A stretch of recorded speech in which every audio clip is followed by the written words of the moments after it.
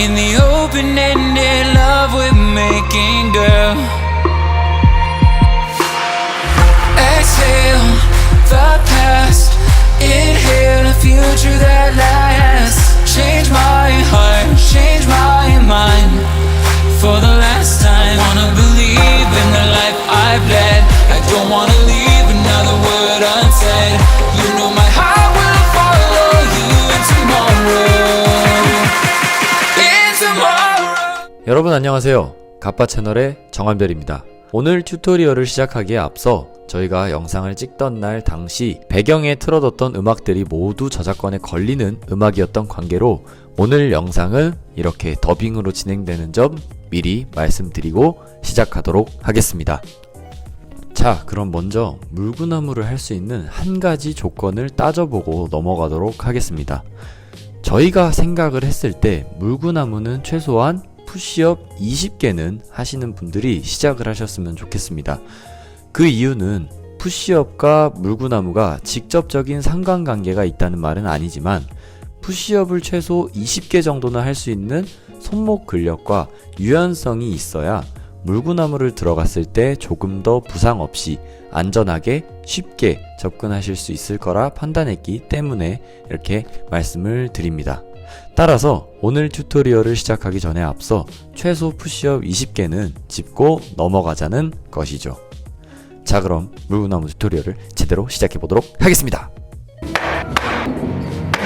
자, 물구나무를 서기 위한 첫 번째 단계는 바로 손을 올바르게 짚는 것입니다.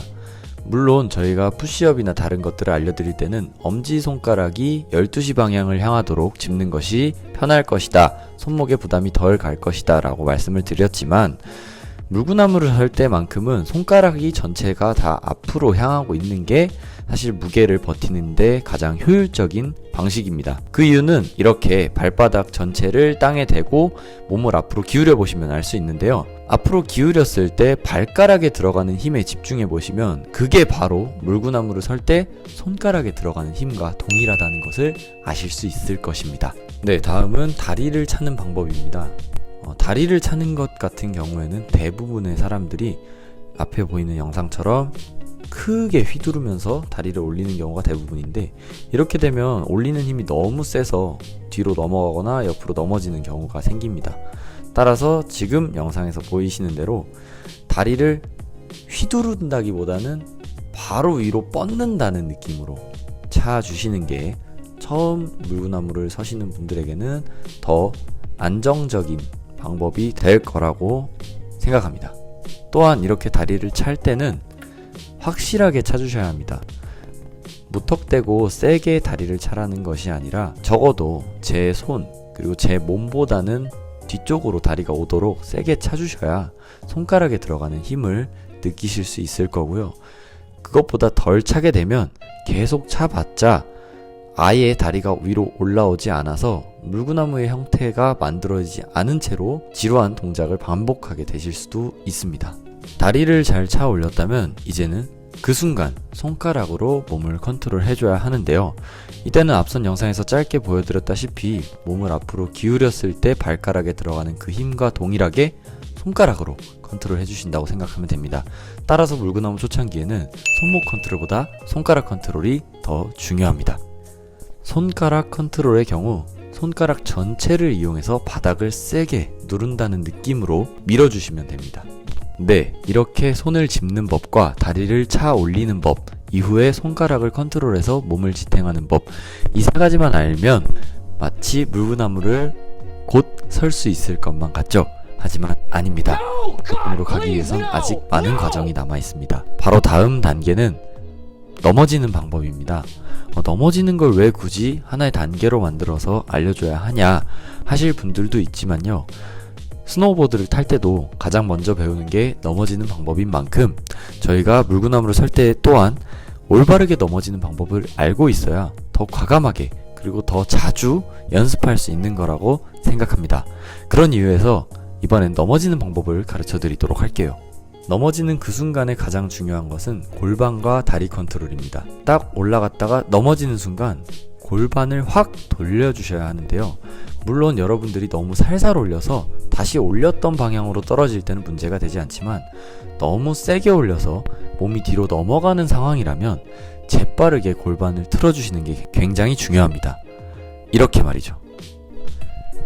골반을 빠르게 틀면서 다리를 땅으로 떨어뜨려야 합니다. 이거를 끝까지 버티다가 뒤쪽으로 넘어가시는 분들이 있는데, 이게 만약에 집안에서 연습하다가 그렇게 되는 거라면 집안 물건들을 부술 수도 있고, 그 집안 물건에 긁혀 다칠 수도 있고, 또 딱딱한 바닥이라면 충격 흡수가 되지 않아서 크게 타박상을 입을 수도 있는 상황이기 때문에 꼭 이렇게 골반을 컨트롤하며 다리를 떨어뜨리는 방법을 알고 계셔야 한다는 것입니다. 다음은 벽에서 물구나무 홀딩 연습을 하는 방법입니다. 앞에서 알려드린 손 짚는 법과 다리 차올리는 방법, 그리고 손가락 컨트롤하는 방법을 모두 이해를 하셨다면 이제 벽에서 홀딩 시간을 늘려가며 손목과 어깨 근력을 키워주는 훈련을 해주시면 되는데요. 벽에서 물구나무를 서는 방법은 크게 두 가지가 있습니다. 첫 번째 방법은 영상에서 보이는 것과 같이 배를 벽 쪽으로 향하게 하여 물구나무 홀딩을 연습하는 방법입니다. 이렇게 하게 될 경우 자세 교정과 근력 강화에는 더 좋을 수 있지만 사실 무섭다는 단점이 하나 있어요. 무섭다는 게 왜 단점이 되냐? 이 초창기에 처음 물구나무를 연습하시는 분들에게 있어서는 심리적 요인도 꽤 크게 작용하기 때문입니다. 무서워서 연습을 덜 하게 되고 그만큼 시도하는 횟수가 줄어든다면 결과적으로 봤을 때는 물구나무를 연습하는 데 있어 더 방해가 되는 상황이기 때문에 저는 그 두려움도 무시할 수 없는 요인이라고 생각이 되었고요. 따라서 저희가 추천하는 방법은 두 번째 방법인 등이 벽 쪽으로 가게 하는 연습 방법입니다. 등을 벽 쪽으로 하는 물구나무 서기를 할 때는 벽에서 일정 거리가 떨어진 위치에 손바닥을 짚은 뒤에 다리를 차서 올려주셔야 하는데요.